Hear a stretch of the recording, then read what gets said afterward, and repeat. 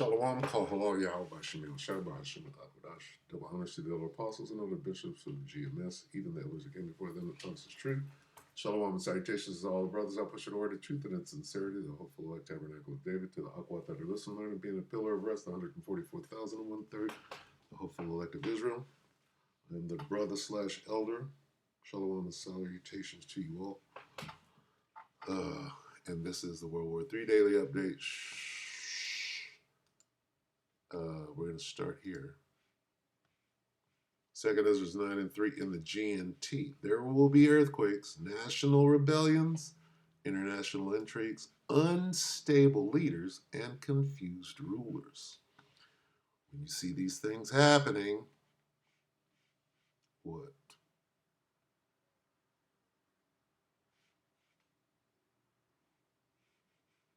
You will know that they are what the Most High Power has spoken about since the beginning of the creation. All right, so what we're looking at is unstable leaders and confused rulers. Let's have a look, shall we? So I went right here to Salak. Let me get it. To Dialogue Works here, channel. Still got power after that. We're going to get started from the top. And what are they going to speak on here? Let me see. That's hilarious. Cold. With Schnapp. That's actually my job.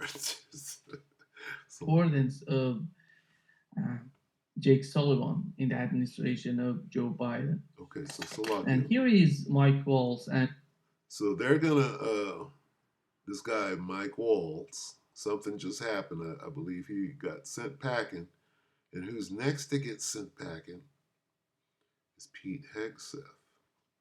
So let's see, hold on. 25 and our friends Larry Johnson and Colonel Wilkerson are back with us. Welcome back. Thank you. Good morning. Let's get started with what has happened with Mike Waltz. And when we talk about him, we may remember the importance of Jake Sullivan in the administration of Joe Biden. And here is Mike Waltz, and here is what J.D. Vance said about him. Okay, J.D. Vance is the vice president. Mike Waltz is this defense guy who's in place right now, right? And then they're talking about the guy who was under the Biden administration. So all of this falls under what? It all falls under, damn, look at this, unstable leaders and confused rulers. All right, so continue on. And we're just going to take a peek at it. We're going to let him talk for a while. He is being made ambassador to the United Nations, which, of course, is a Senate-confirmed position. I think you can make a good argument that it's a promotion. But we brought Mike on to do some serious reforms of the National Security Council. He has done that. This dude's a cross-dresser. Let's take a look at that real quick. Because what are we doing? We're pointing out unstable leaders. Well, this guy is on the world stage. He's speaking right now, but how can he be taken seriously? What's his name? JD.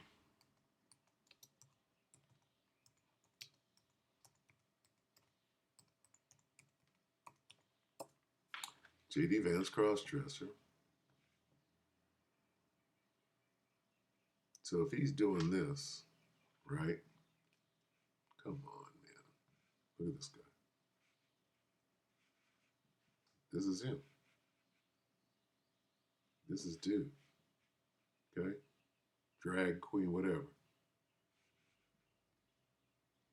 Now, this is actual cross-dressing.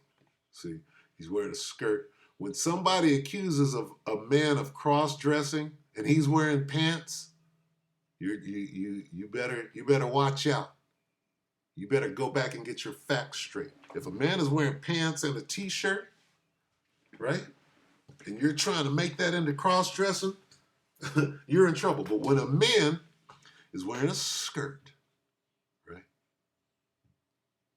and wearing things that pertain to women, that's when you can say he's a cross-dresser. You understand? But if a man is wearing pants, oh, his pants are too tight. Well, says who? Are they pants? How do pants of any, if the pants are too tight, how does that pertain to a woman? Watch what you're saying. Okay? Yeah, nobody needs their pants on too tight. Okay? Nobody needs that. But are they pants? Watch what you're saying. Watch what comes out of your mouth. The scripture says that pertains to a woman. How do tight pants pertain to a woman? Oh, because in Babylon, watch what you're saying. Okay? Don't add to the scripture. All right? And there's a spirit of the law as well. I understand that. I'm just saying, when you want to go and make accusations, right, you better make sure you're not bearing false witness. Now, this guy's clearly a cross-dresser. He's not being a rock and roll star, right? If we go to Kiss, right, got on makeup and effeminate and all of it, what are they doing? They're being rock stars, okay? And that's no pass. You don't get a pass. But watch what comes out of your mouth, all right? Be specific. Be perfect in what you're doing, right? Don't use the word maliciously, okay? Anyway. J.D. Vance is a cross-dresser. Anyway, so what are we dealing with? This is how you judge. You judge righteously, okay? Unstable leaders and confused rulers. Prove it. Here's the proof. This dude's wearing a skirt, okay? He's not wearing pants, tight pants. He's wearing a skirt. He's got on a wig. He's being a cheerleader. Okay. So clearly he's unstable. And that's all we need. We don't need what's going on in the war. We know where the war is going. Right? You got these unstable leaders. Doing what? Whatever the Most High. Like Mike, I think he's a great guy. He's got the trust of both me and the president. But we also thought that he'd make a better UN ambassador as we get beyond this stage of the reforms that we've made to the National Security Council. You saw the president announce that Marco Rubio is going to step in as interim leader of the National Security Council. Everyone is calling. Nice balance. Here we go.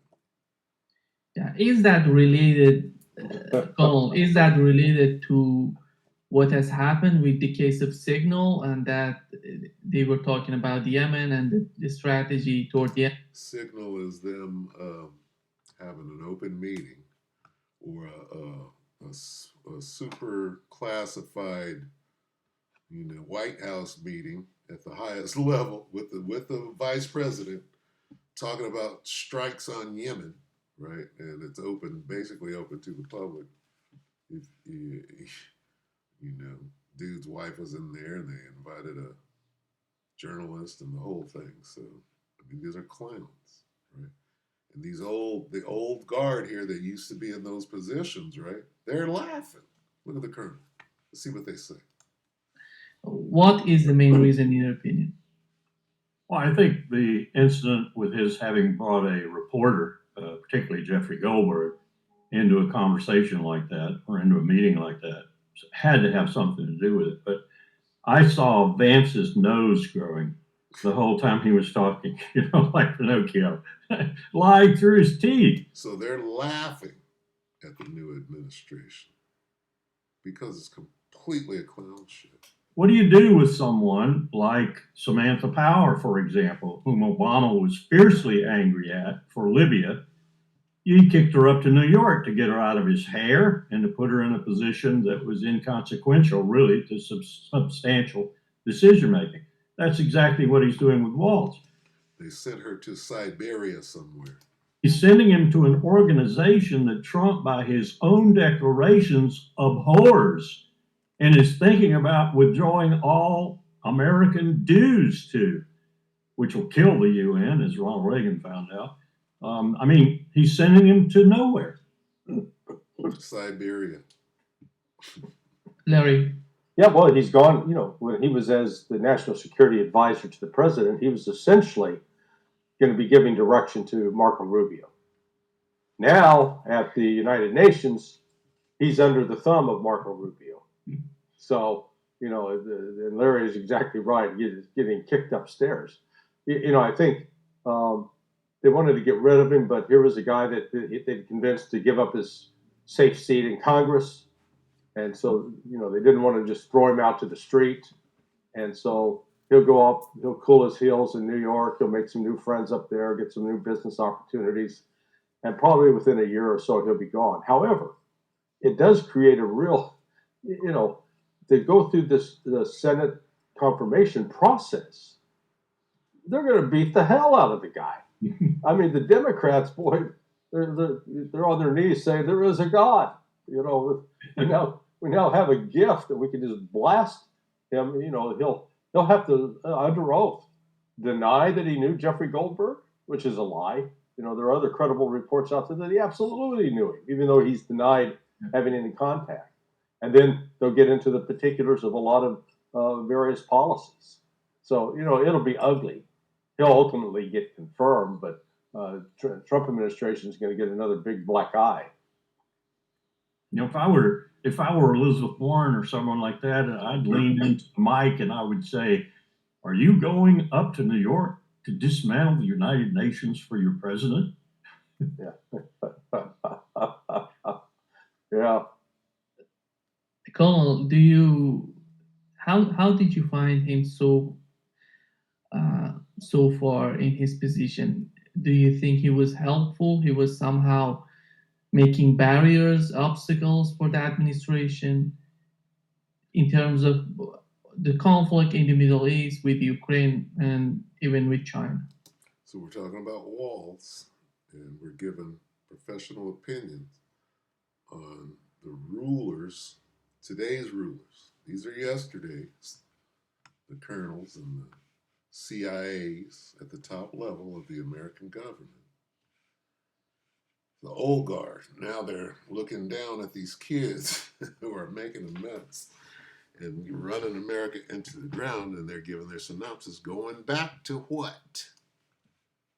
Going back to unstable leaders and confused rulers. We're going to let them speak and bring this thing to an end. Take it away. Old guards.